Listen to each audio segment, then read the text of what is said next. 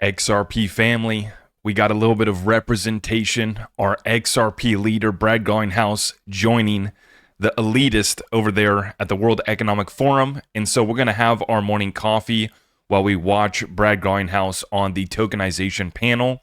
He was joined by Brian Armstrong and a few others up there as well. So we got a quick comment from Brad on the Clarity Act, and then we're going to run the clip and get my live reaction to Brad G at the WEF. He's retweeting Patrick Witt saying, "Let's not let perfect be the enemy of good." This right here is the key. No piece of legislation has ever been perfect by everyone's standards. What we need is a clear framework allowing innovation to flourish, exactly what market structure will deliver. I'll keep saying it, even though others disagree. Clarity over chaos. And let's bring some order to these chaotic crypto markets. So much manipulation and just outright frauds and scams taking place over here in crypto. And we want to clean it up. We want rules of the road. And so I echo the statements from Brad Garlinghouse, Patrick Witt, and others suggesting that we move forward with the markup process.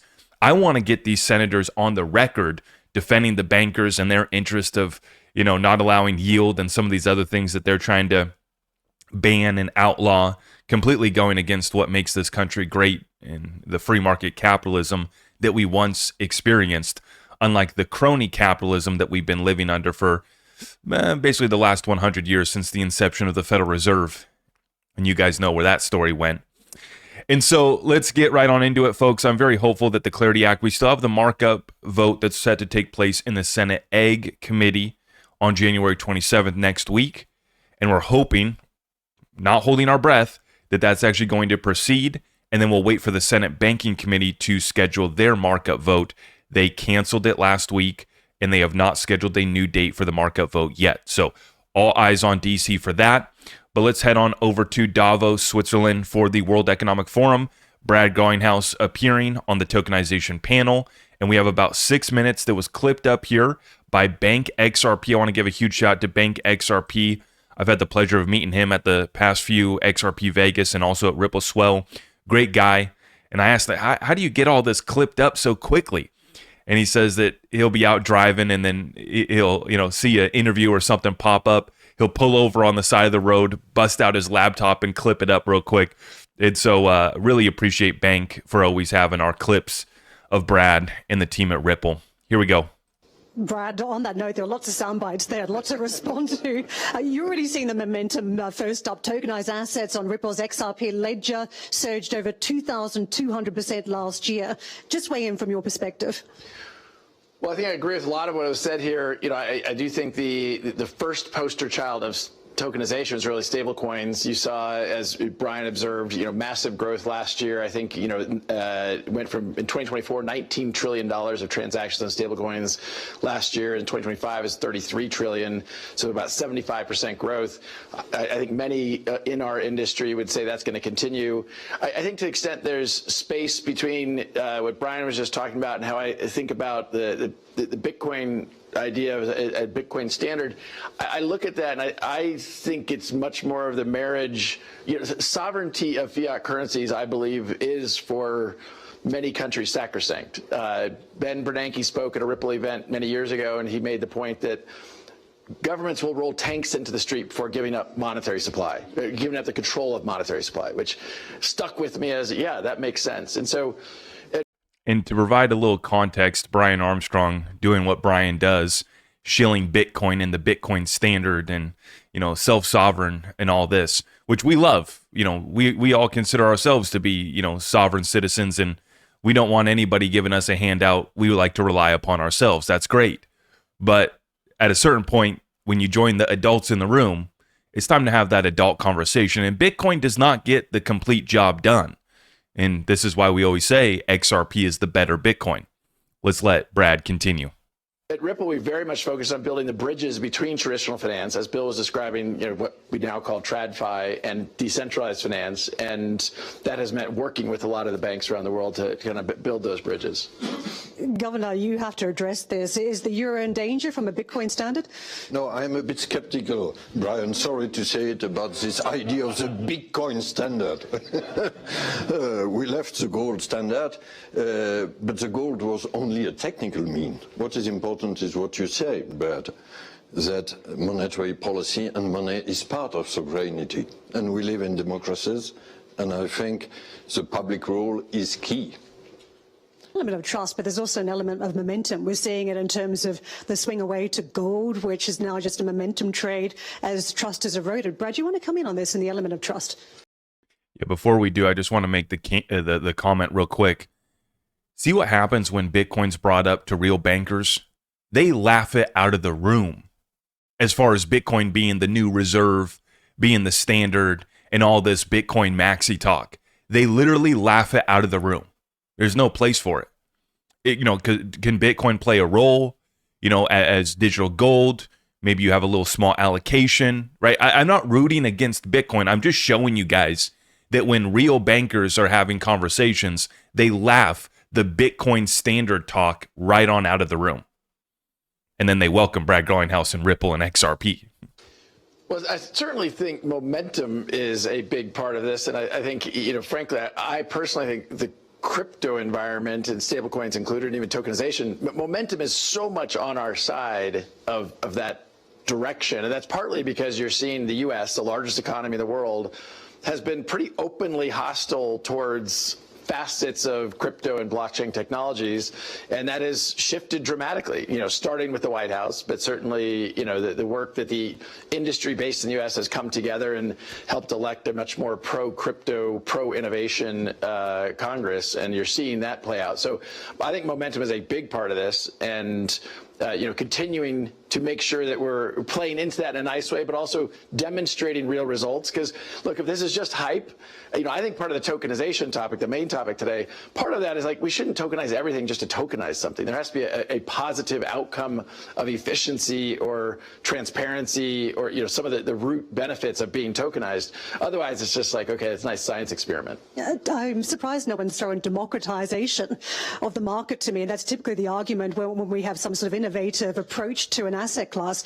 Brad, come in on this because you're the innovator in the room, but you also believe in regulation.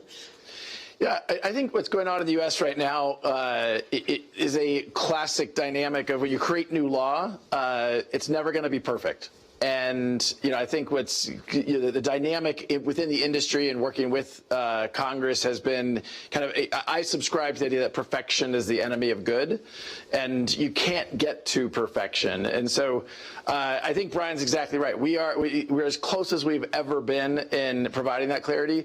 As some in the room probably know, Ripple lived through a 5-year battle with the U.S. government being sued because of the lack of clarity. So we are very much an advocate of clarity is better than chaos. I think Brian's right. We are very close. I don't know if we stalled. What about the rewards side? Rewards, dividends, interest. Is it necessary on stablecoins? Ripple doesn't have as much of a dog in that fight as others in the industry. And so there's others that have stronger opinions. It doesn't directly affect Ripple's business as much. I agree in some ways that, look, competition is good. And I agree very much with the idea of level playing field. Now, I also think a level playing field goes two ways, in that crypto companies should be held to standards that banks are, and banks should be held to standards that crypto companies are in order to compete. So I don't think that's a one-way street that somehow Team Crypto gets to have, a certain pass in some way. Is that one for you?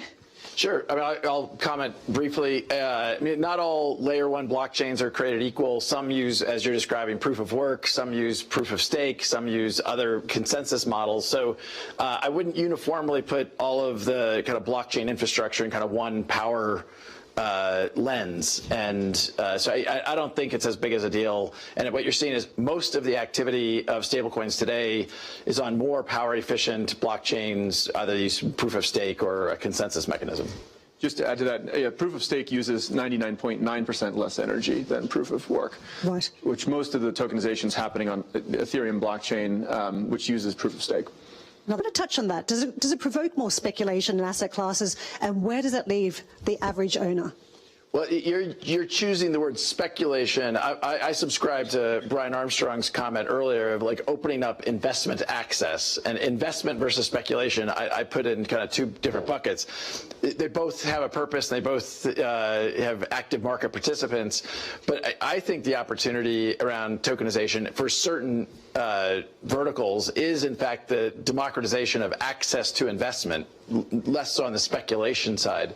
I don't know enough about Trump's decision to make steps towards banning institutional investment in residential real estate to comment there, but I do think if you want economic exposure, investment exposure to a commercial building in Miami, and you have $10,000 US, you can't do that today. And I think opening that up, and I know Brian's example is even better because it's the many billions of adults who don't have any access that, my example is not perfect for that, but you get the point.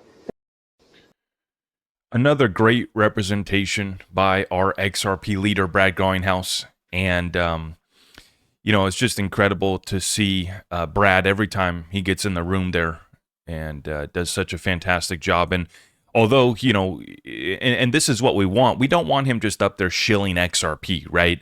But having an adult conversation, and then XRP, this tokenization effort, seamlessly works its way in.